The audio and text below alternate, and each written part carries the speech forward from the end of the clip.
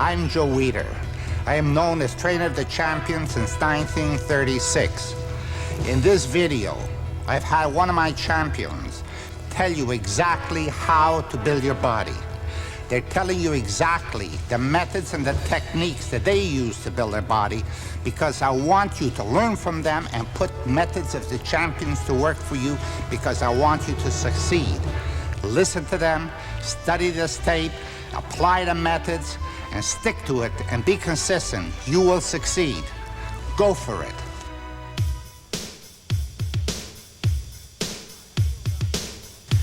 Hi, I'm Bill Dobbins from Muscle & Fitness magazine. The back is a complex muscle group, and achieving total back development is not an easy task. You need an impressive sweep of the lats, overall thickness and density, as well as detail and muscularity in the middle back. There are a number of exercises and training techniques designed to give you this type of complete development. But Lenda Murray believes this is just not enough. According to Lenda, to achieve championship-level back development, you also need to learn to feel what the muscles are doing in each exercise. Technique is important, but feel is the ultimate key. Feel is very important when you're training. It's very important. It's everything. You have to be able to feel that body part. And I think, you know, as you're going along, as you progress in bodybuilding, that's one of the things that you learn. You learn how important that is. And that's why a lot of people, they don't reach that point or that level because they're so busy trying to move the weight. They don't really feel it. I'm very concerned always with an exercise as far as where I feel it. You know, I can get on any type of machine for back and tell you exactly what part of my back I feel working. Feel is something that comes with time and experience. In Lenda's case, she'd been a lifetime athlete before taking up bodybuilding, so she already had a good feel for athletic movement and exercise. Before bodybuilding, I participated in track and field, and I was a cheerleader through high school, through college, and I was also a professional cheerleader. That played a very important role in what I'm doing today. I feel that the track and field gave me a very strong lower body, especially being a sprinter. I think that's where I got these strong quads and hamstrings from. The cheerleading, I had to do a lot of gymnastics, and it gave me a lot of strength as far as upper body. And both of those sports requires a lot of discipline. So, you know, weight training includes all of that. There are champion bodybuilders who start out as 98-pound weaklings, but Lenda Murray was not one of them. She had big muscles, she says, even before she wanted to have muscles. Hard work is important if you want to become a champion, but you need the genetics as well. And Lenda's genetic gifts were evident right from the beginning of her career. When I first started bodybuilding, I was in great shape. Actually, I had a physique that when I first walked in the gym, people assumed that I had done a lot of weight training. That's one of the reasons, you know, probably the first year I spent just going in the gym and probably doing the aerobic activity and doing things like abdominals and maybe doing a couple exercises to tighten my hips. They just said, why are you wasting your time just doing aerobics? You ought to really seriously think about weight training, because your physique, you look like a bodybuilder and you have this natural muscle there. My purpose in the gym at the time was not to be a bodybuilder, but just to go in and do what most women do, stay in shape and tone up. And it took me about a year before I decided to do it. But as easily as Lenda was able to build muscle, she instinctively knew right from the beginning that raw talent wasn't enough. She realized she would never develop to her potential unless she became highly sensitive to the proper feel of each and every training movement. I was very familiar with a lot of the different types of exercises. I mean, I didn't always know specifically what exercise to go for what body part, but as soon as I picked up a weight, I connected with weight training. I did have a very good understanding of it, a good feel for it, the discipline was there, and I was very comfortable with it.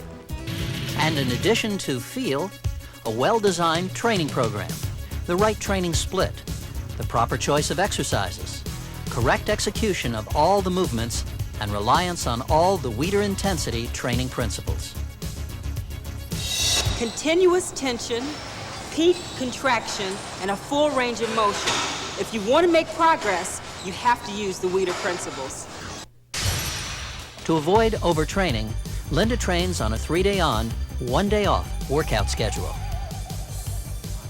The first day is upper body, and I train chest, shoulders, and triceps. And I would do also abdominals on that day.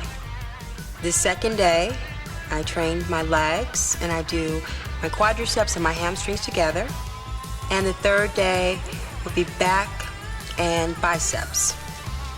Fourth day, I take off, and then I repeat that cycle. I like to do my aerobics in the evening. It's for around 45 minutes.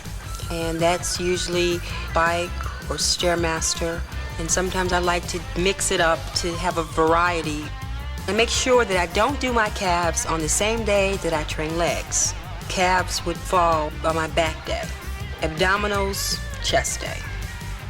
A bodybuilder has to train every body part as intensely as possible, but all physique competitors admit to having particular muscle groups that they most enjoy working, and Lenda is no exception.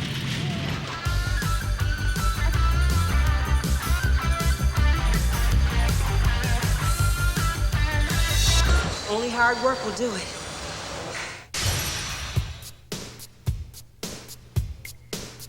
Back is my favorite training. I love to train back. I've always had a good back. I've never had problems developing my back.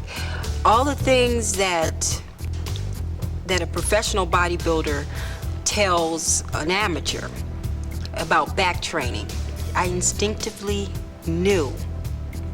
I always felt my back. I never remember a day not feeling my back. So that was just something that I just automatically connected with. The upper back consists of a number of muscles, including the latissimus dorsi and the major and minor rhomboids. The primary function of these muscles is to pull the entire shoulder girdle to the rear in opposition to the chest muscles, and to pull the shoulder girdle down in opposition to the trapezius muscles. What are the areas of the back that they've developed that the people who want to be champions should develop? The things that I look for, things that I notice on a person with a very well-developed back is you can see the lats, and in the middle of the back, you can see the rhomboid and it's thick, and the lower back. Shoulders also, that's something you see from the back. And your shoulders have to be very well developed to make the back complete. The back is such a complex muscle group, Lenda says, that it requires a very sophisticated program of training in order to achieve full development. This involves using barbells and dumbbells, as well as cables and various types of machines, and hitting the back from a variety of angles using both rowing and pull-down movements. But certain things remain basic and fundamental in bodybuilding, no matter what body part you're working. And one of these is the reliance on free weights for building basic mass and strength. There's definitely a difference as far as using free weights compared to doing cable rows or cable pull-downs. You're in total control when you're using free weights. Free weights mean that you can position the weight and maneuver it and do it, in a different manner compared to cable rows. You have the freedom with free weights to hit that same body part in a different manner. Plus, you're lifting a fairly heavy weight. There's something very basic about that. Yeah, you're in total control. It's just you and that weight. In a hardcore bodybuilding gym, you see the bodybuilders are the ones that are basically always working with the free weights.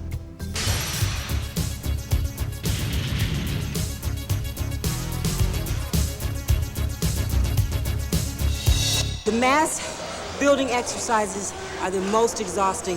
When you get into using these barbells, it's tough. For bent over barbell rows, I do 5 sets. The first set is a warm-up set, and I do about 20 reps with just the bar. Second set, 12 repetitions. Third set, 10. Fourth set, 8 reps. In the fifth set, I'll do 8 reps again. With each set, I'm increasing the weight. The first exercise I usually start with is bent over barbell rows. It's one of the exercises that's done improperly. A lot of times people want to swing because they want to use heavy weight, and they start swinging on the first rep. I like to use a lot of control during this exercise, and you'll see me maybe doing a little swing maybe towards the end of the set. One of the important techniques to training and doing bent over barbell rows is that you want to make sure you use your arms almost as hooks. And the purpose of that is you don't want to use your biceps. You want to make sure that you're training back. Take the weight and, like I said, make the back work, but pull the bar to the stomach. It's important during this exercise not to cheat. At least not to start out cheating at the beginning of the exercise. And if you start out at the beginning of the set cheating, then you're not really, your back's not benefiting from the exercise. It's very important.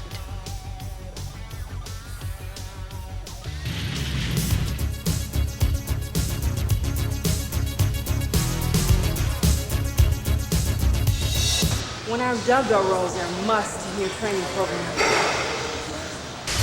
One-arm dumbbell rows, I do 4 sets, 15 reps first set, 12 reps the second set, 10 reps third set, and 10 reps for the last set. And with each set, I increase the weight. With barbell rows, you work both sides of the back together. Rowing with dumbbells, on the other hand, allows you to work each side of the back in isolation and with greater intensity. One-arm dumbbell rows are great for one, each arm has to work independently, and compared to doing bent over barbell rows, really works the lats. Great exercise, good stretch. It's a tough one. Anytime you have to do something, one arm's working, then you have to stop and do the other arm. To almost try to imagine you're doing the barbell row and try not to do too much twisting. A lot of times people want to twist and rock. Ooh, stretch. Ooh, tough one. Ooh.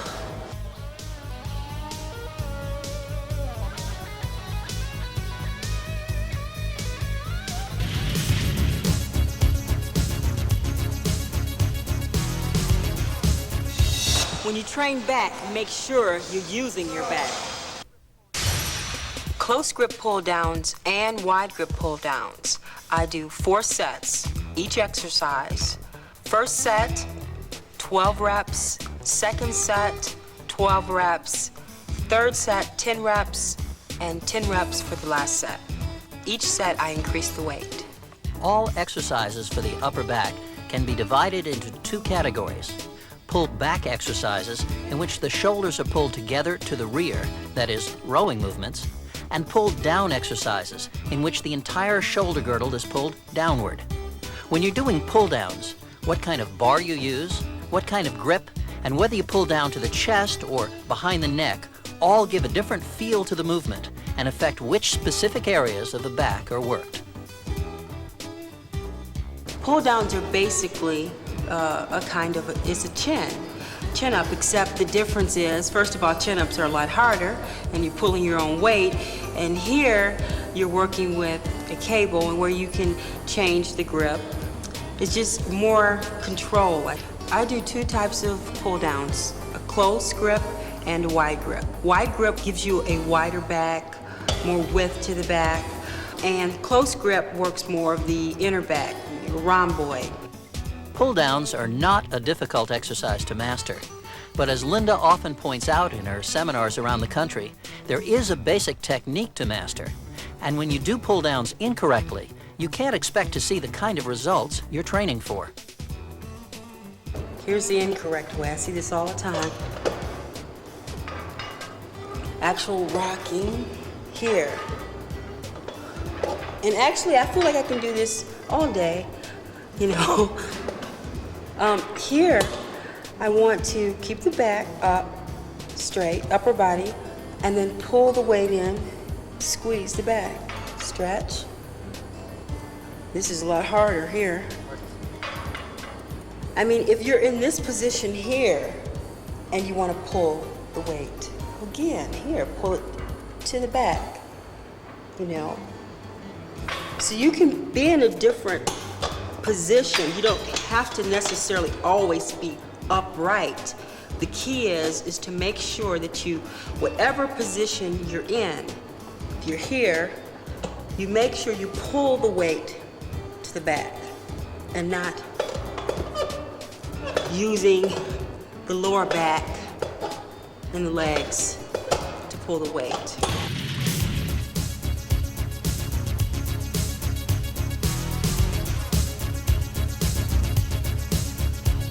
Cable rows really allow you a lot more control. That's what I really like about this exercise. Cable rows, I do 4 sets. First set, I'll do 12 reps. The second set, 12 reps. Third set, 10 reps. And the last set, 8 reps. And with each set, I increase the weight. Cable rows are a pullback exercise, like bent over rows. But using a cable and much lighter weight, you're able to do a much stricter movement through a longer range of motion.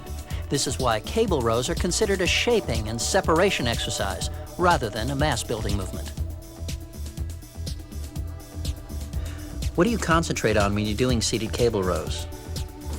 The main thing I look for here is I want to get a good stretch, and then I want to position my upper body in a way where I use my arms and use the back to pull the weight to my chest instead of using my lower body to do this motion here. I want to keep my upper body upright, use my arms as hooks almost to pull the weight to the back, make the back work. A lot of times, most of the time I see people and they do this motion here, rocking. They're using the lower back instead of the upper back, but sometimes they use their legs to assist them, you know, and this is a back exercise. Get those elbows back and really squeeze and make the back contract. What I like most about cable rows is the full range of motion that I can use during that exercise. With cable rows, you can get a much fuller range of motion than you can with barbell rows.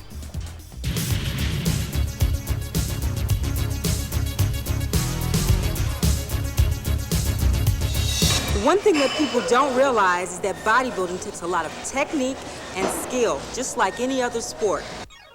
When I do machine rows, I usually do 4 sets. Always increase the weight with each set. 12 reps the first set, 10 reps the second set, 10 reps the third set, and 8 reps the last set. And with each set, I increase the weight. Like most bodybuilders, Lenda doesn't train with machines in order to achieve increases in mass and strength. For that, she relies on free weights. But machines are extremely useful because of the extra isolation they allow. And because they provide kinds and angles of resistance you won't achieve working primarily against the force of gravity, as you do with free weights. I use a variety of different machines when I train.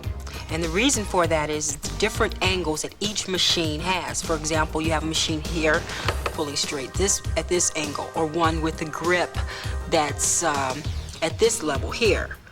And you can also use heavier weight on that machine. It's not as difficult as bent over rows. You can isolate at that angle, and that's great. The reason I'd use a machine like this is that I like variety, and I like the way the T-bar row, you can get a good stretch, come up and control and hold the weight. One of the features I love about this particular machine is that it gives me the support here, and I stabilize and stay in one position here, locked in.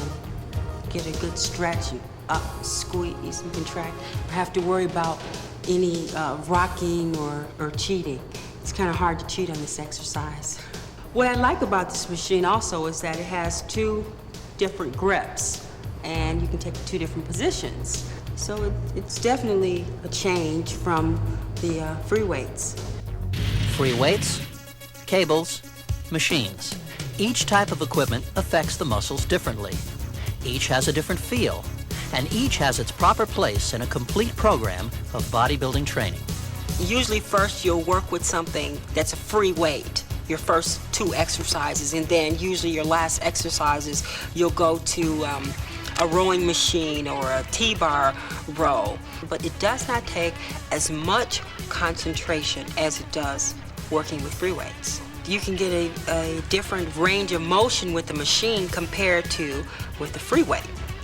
You know, you can do some really different things with cable rows. You can, you know, go in and then come way out. In free weights, there's no way you just can't do that. One of the advantages of training with machines or cables is that you can change the angles. You have different angles that you can work with compared with free weights. It's not the same. Lenda admits that having great genetics has played an important part in her bodybuilding success. But there are 2 other factors she believes are equally important. The first is training hard and consistently. During seminars, one of the questions that they ask a lot, especially women, is the thing of how much weight and do I have to lift heavy weight, and oh, I don't want to be big. And they don't understand that it just didn't come overnight. So it depends on what type of physique you want. I would watch some of my girlfriends train, and a girl came up to me and she said, "You've achieved this physique and I just work hard and I just can't get this type of physique." I look at him and I say, well, you know, I have been consistent with weight training for 8 years, way before you got here, and I've watched you train. You think you're consistent and you think you're training heavy, but you're not. If you want to be a competitive bodybuilder, it's not easy. Training smart. Don't overdo it. Listen to your body. Know when your body is saying, you know, I'm tired. You've been training the same body part every single day. You just have to be smart about it. A woman will make a mistake. You know, she's the type maybe that comes in every day, 6 days a week, every single day. But it seems like when I see her, she's always training that body part. And I want to say, hon, I know you like training legs, or I know you want your legs to be big, or whatever you're trying to achieve, you're not training smart. Lenda trains on a 3-day on, 1 day off training cycle. On day 1, she works the pushing muscles, chest, shoulders, and triceps, as well as her abs. Day 2 is legs, both quadriceps and hamstrings. She works the pulling muscles on day 3, back and biceps, and her calves. She likes to get her weight training done early in the day and does 45 minutes of aerobics on a stair climber, treadmill, or stationary bike in the evening. Lenda's basic mass building exercise for the back is bent over barbell rows. She starts out with a warm-up set of 20 reps using just the Olympic bar. Then she does 4 sets of 12, 10, 8, and 8 reps, increasing weight each set. Lenda prefers doing cable pull-downs instead of chins to exercise the pull-down function of the back. She alternates wide grip and close grip pull-downs in her routine, doing 4 sets of 12, 12, 10, and 10 reps, increasing weight each set. Cable rows allow Lenda to work the major back muscles much more strictly and with a much longer range of motion than with barbell rows. She does 4 sets of 12, 12, 10, and 8 reps, increasing weight each set. Dumbbell rows allow each side of the back to work independently for full intensity. Lenda does 4 sets of 15, 12, 10, and 10 reps, increasing weight each set. Linda uses a variety of different machines in her back workouts, depending on what equipment is available in the various gyms in which she trains. She emphasizes extremely strict form and technique using machines and does 4 sets of 12, 10, 10, and 8 reps, increasing weight each set. Yes, I've done a lot of work with kids, but I love to do that work because I get the opportunity to explain to Detroit what I'm doing and what it's about. I also like just talking to people and telling them my story, and that if you put your mind to it, you can do whatever you want to do. I'm not trying to convince you to run out and be a bodybuilder, but what I'm trying to tell you is that you just have to really work hard at what you want. You know, nothing's easy.